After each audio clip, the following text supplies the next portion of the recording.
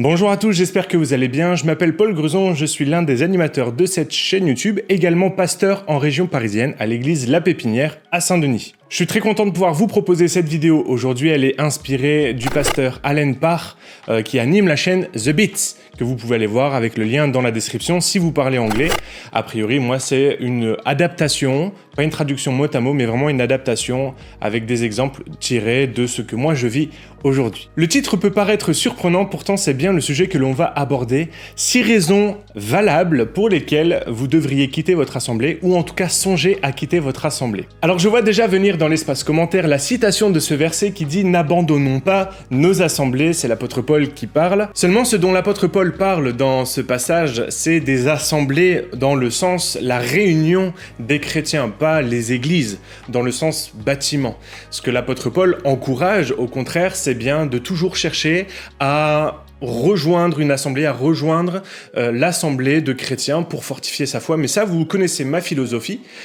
Pour ça, je crois vraiment en la vertu de l'Église pour améliorer notre qualité spirituelle. Toutefois, il existe encore aujourd'hui des dénominations, des églises qui font du mal, qui blessent, qui peuvent heurter ta sensibilité de chrétien ou tout simplement dans lequel tu ne vas pas t'épanouir spirituellement, et c'est bien de ça qu'on va parler aujourd'hui. De 6 raisons qui sont valables pour lesquelles tu devrais changer d'église, changer d'assemblée, en tout cas essayer de chercher un autre lieu de culte. Par ailleurs, si ce verset vous est cité alors que vous évoquez l'envie de quitter l'église pour les raisons que je vais citer, eh bien je vous encourage à aller voir le point numéro 5 de cette vidéo afin que vous ayez une réponse à cette question. Alors on y va, 6 raisons valables pour lesquelles vous devriez quitter votre assemblée. Avant d'aller plus loin, j'aimerais vous présenter le partenaire de cette vidéo.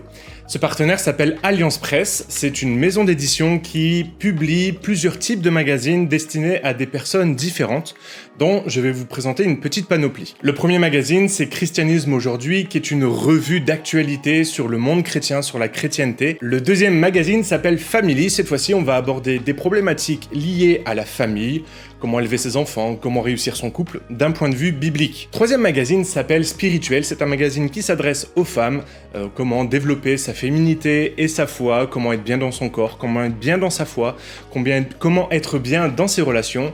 C'est un magazine qui s'adresse essentiellement aux femmes.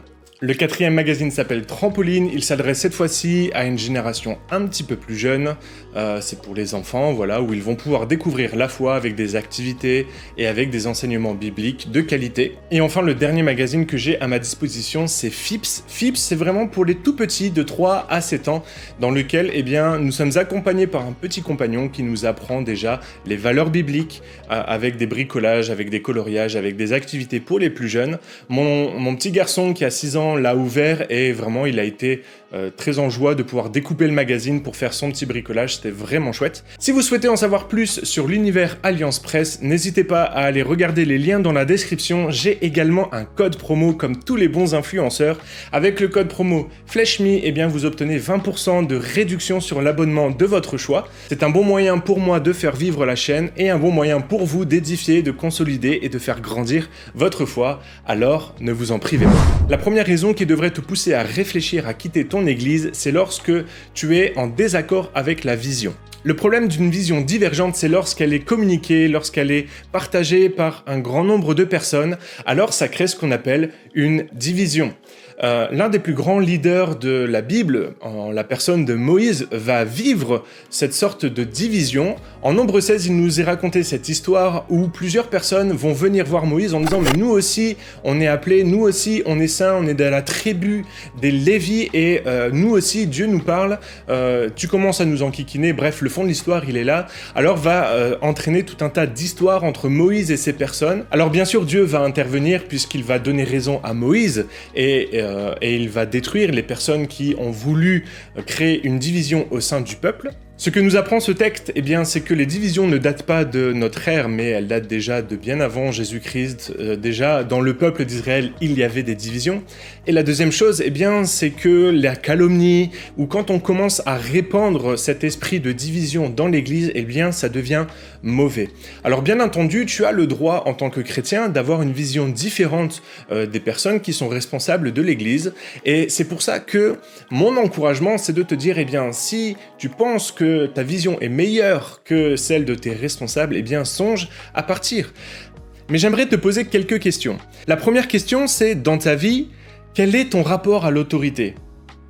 La deuxième question, c'est dans quelles autres églises tu as rencontré ce problème ? Et la troisième question, c'est quels sont les éléments en dehors de la vision avec lesquels tu es en désaccord ? Si tu te poses sincèrement ces trois questions, tu te rendras compte soit qu'effectivement il y a un problème de vision avec tes responsables et auquel cas je t'encourage simplement à partir, soit au contraire tu te remettras en question parce que tu te rendras compte peut-être qu'effectivement tu as un problème avec l'autorité, peut-être qu'effectivement il y a une divergence d'affinité avec les responsables ou tu as un différend lié à plein de sujets, ça existe dans les églises, ou peut-être finalement c'est lié à ta personnalité et Dieu t'appelle peut-être même à prendre cette vision que tu as sur le cœur et à aller la mettre en pratique, la mettre en place ailleurs. Donc en fonction des réponses que tu vas donner à ces trois questions, effectivement, la bonne réponse pourrait être « il est temps pour moi de partir de l'église ». Maintenant, j'aimerais te faire quelques recommandations avant de partir. La première recommandation, c'est n'en profite pas pour emmener avec toi quelques chrétiens de l'église en essayant d'en amener le maximum avec toi. C'est à mon sens la définition même de la division,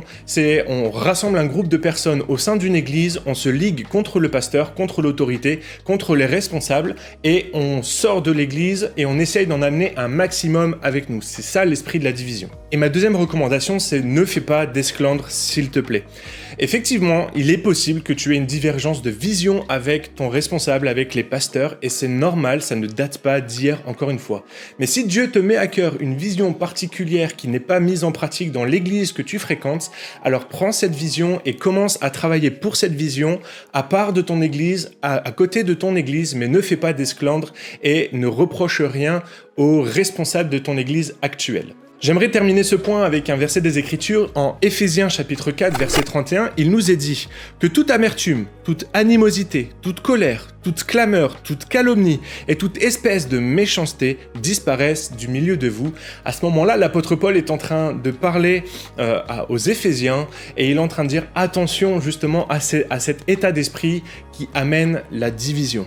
Donc que tu aies une vision contraire aux responsables, ça peut être normal, ça peut être même bon, mais je t'en conjure, je t'en supplie, ne répands pas de calomnie dans ton église envers tes responsables, sors simplement de ton église, va construire la vision que tu as reçue de Dieu ailleurs et fais avec ce que tu as reçu de Dieu, mais laisse l'église que tu quittes tranquille. La deuxième raison qui devrait te pousser à réfléchir à quitter l'église, c'est lorsque tu es en désaccord avec la doctrine enseignée dans l'église. Alors encore une fois, ces désaccords d'idées, ces désaccords d'opinion, elles datent pas d'aujourd'hui. Déjà à l'époque, lorsque l'apôtre Paul va se présenter devant le conseil de Jérusalem pour apporter sa vision de l'évangile qui s'annonce également aux païens, il va y avoir beaucoup de discussions, beaucoup d'échanges, beaucoup même de frictions, jusqu'à ce que le conseil dise « Ok Paul, va enseigner aux païens, fais ton taf de ton côté, mais laisse-nous tranquilles avec nos juifs ». En gros, c'est ça. Si tu sens en effet que la doctrine enseignée dans ton église est en complet désaccord avec les Écritures, il est effectivement temps de réfléchir, de songer à partir. Toutefois, j'aimerais attirer ton attention sur plusieurs points. On a prêché là-dessus il y a quelques temps à l'église à Pépinière, j'essaierai de mettre les liens dans la description, une série de 4 messages autour de la doctrine, et on a donné des niveaux à la doctrine. Eh bien, je crois que si tu es en désaccord avec certains niveaux de doctrine, eh bien, effectivement, il est temps de réfléchir à quitter cette église. Le premier niveau, c'est la doctrine fondamentale. Ce qui est fondamental, c'est ce qui ne peut pas être remis en question, c'est ce qui va être lié à notre salut. Par exemple, quelle est l'autorité que l'on donne aux Écritures ? Comment est-ce qu'on fait pour être sauvé ? Qu'est-ce qui nous sauve ? Ou quelle est la nature de Jésus ? Est-ce que Jésus était pleinement Dieu, pleinement homme, ou est-ce que c'était un prophète ? Bref, c'est toutes ces questions qui sont fondamentales et qui, à mon sens, ne peuvent pas être remises en question, puisque c'est fondamental dans les Écritures. Le deuxième niveau de doctrine, c'est la doctrine ecclésiale.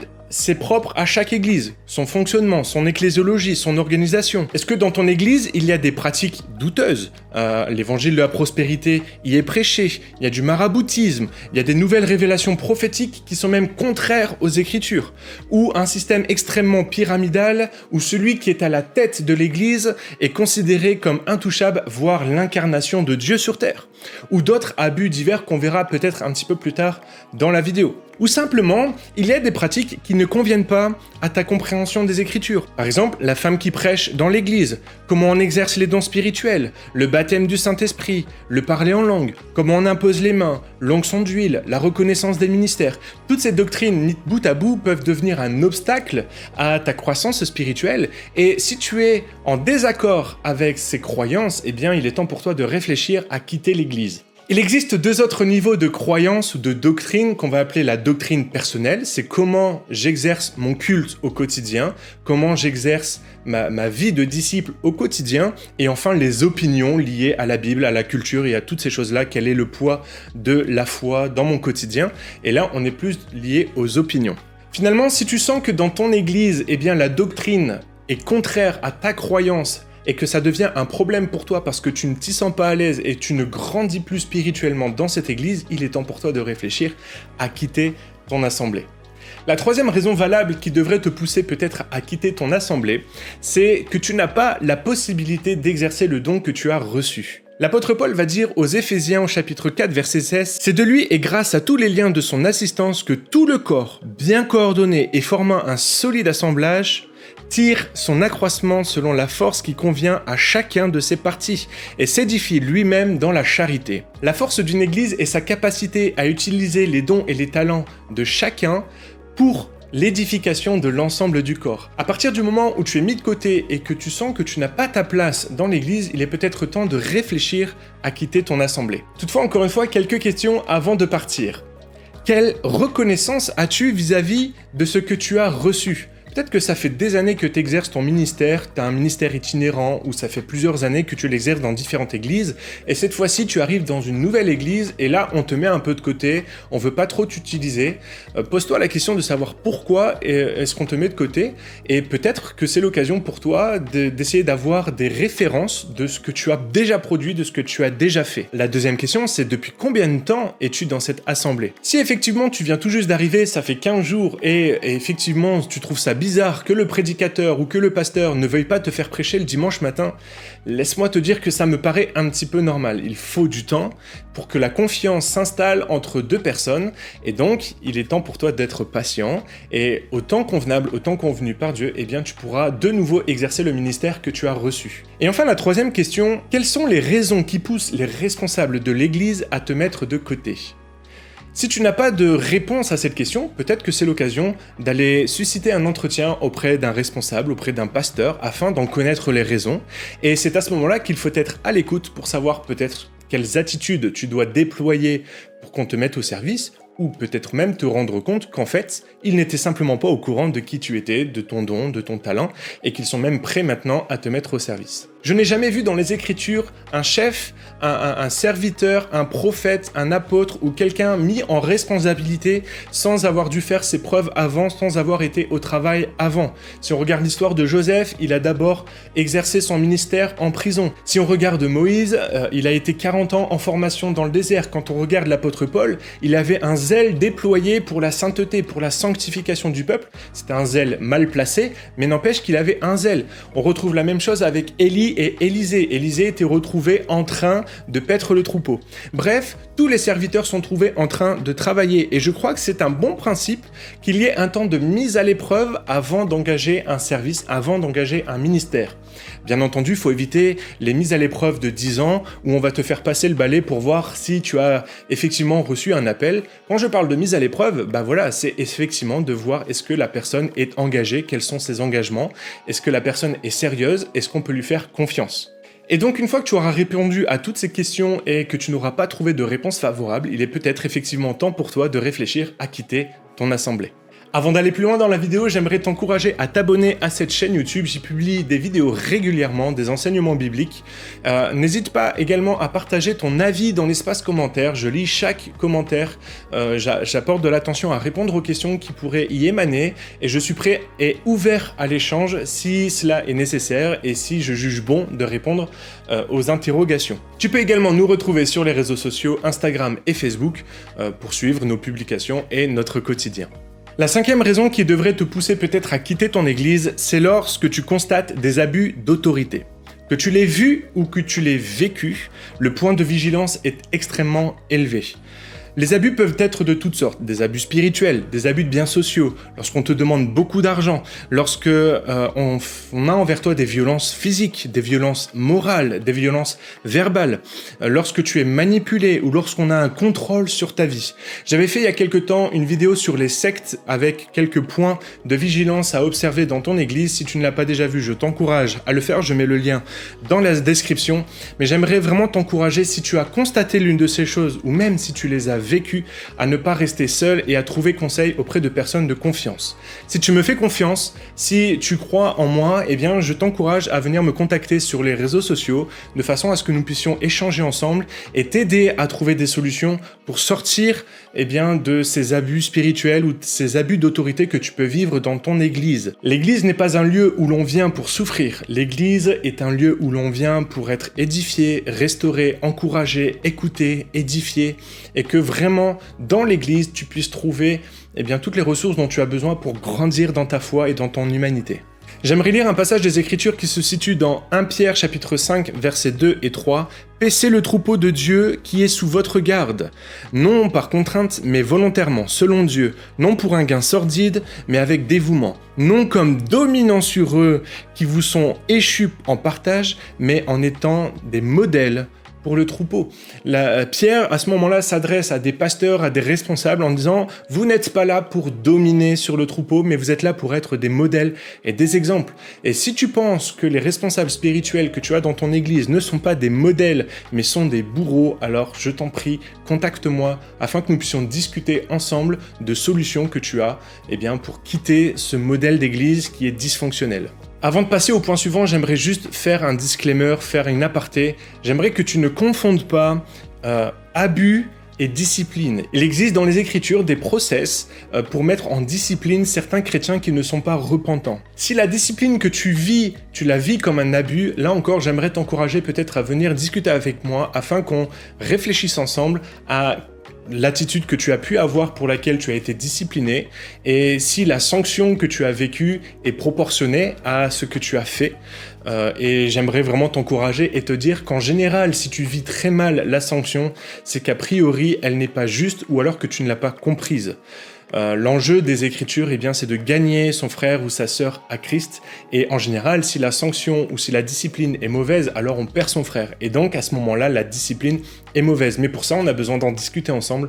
Donc, n'hésite pas à me contacter sur les réseaux sociaux. Le 6e point qui devrait te faire réfléchir à quitter ton assemblée, c'est lorsqu'il y a un problème d'intégrité vis-à-vis du péché. Et en particulier vis-à-vis du péché.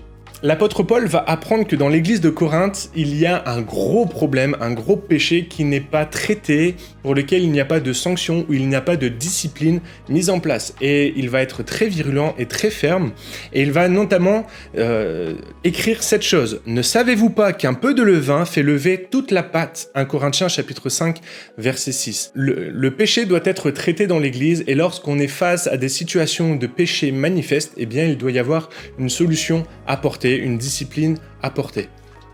Seulement, avant d'aller plus loin, j'aimerais t'apporter quelques points d'attention. La discipline n'est pas nécessairement publique. Peut-être que tu es au courant d'un péché qu'un frère ou une sœur a et tu te poses la question de savoir pourquoi est-ce que ça n'est pas traité dans l'église. J'aimerais te dire simplement parfois que la discipline n'est pas toujours traitée publiquement. Ce n'est pas parce qu'un péché est connu que tout doit être révélé au grand public. Ensuite, la discipline ne concerne que les chrétiens qui sont non repentants. À partir du moment où un chrétien se repent du péché qu'il a commis, la discipline ne s'applique plus. À ce moment-là, c'est bien la grâce qui s'applique. Donc ce n'est pas parce qu'un chrétien a commis un péché qu'il doit nécessairement être discipliné. Si ce chrétien a reconnu sa faute, qu'il a demandé pardon à Dieu et qu'il s'est repenti de cette faute, alors il n'y a pas de discipline à mettre en place, puisqu'à ce moment-là, c'est bien la grâce qui s'applique. Et enfin, la discipline est quelque chose qui est mis en place par les responsables spirituels. On va faire appel aux témoins, on va faire appel à des personnes en qui on a confiance. À ce moment-là, la discipline doit être proportionnée, elle doit être réfléchie et surtout, la discipline doit être comprise par la personne qui est disciplinée. Et en général, il faut peu de temps pour qu'une personne sous discipline puisse comprendre qu'elle a commis une faute, qu'elle se repente et qu'elle revienne à Christ et qu'elle revienne sur le droit chemin et donc qu'elle puisse être gagnée à Christ. Voilà 6 points pour lesquels tu devrais réfléchir peut-être à quitter ton église. Encore une fois, j'aimerais t'encourager et te rappeler que la place d'un chrétien, eh bien, c'est dans les assemblées, c'est de se retrouver, de confronter sa foi, de confronter ce qu'il croit auprès d'une église. L'église revêt plusieurs formes, ça peut être l'église traditionnelle que tu as proche de chez toi, ça peut être la méga church ou ça peut être la cellule de maison, ça peut être un groupe que tu as avec lequel tu vas partager ta foi. Bref, l'église revêt plein de formes différentes, mais j'aimerais vraiment t'encourager. Si jamais tu sens que tu n'es pas bien dans ton église et que tu souhaiterais simplement en parler, je me rends disponible pour ça. N'hésite pas à me contacter sur les réseaux sociaux afin que l'on en discute, que l'on partage ensemble et qu'on puisse trouver ensemble des solutions pour t'aider à peut-être te sentir mieux dans ton église, voire même t'aider à trouver des solutions, une autre église, ou à chercher des solutions pour t'épanouir dans ta foi. Cette vidéo est maintenant terminée, n'hésite pas à t'abonner si ce n'est pas déjà fait, à nous rejoindre sur les réseaux sociaux, à me contacter si tu as besoin d'aide. En attendant, lis ta Bible, médite-la et mets-la en pratique. Bye!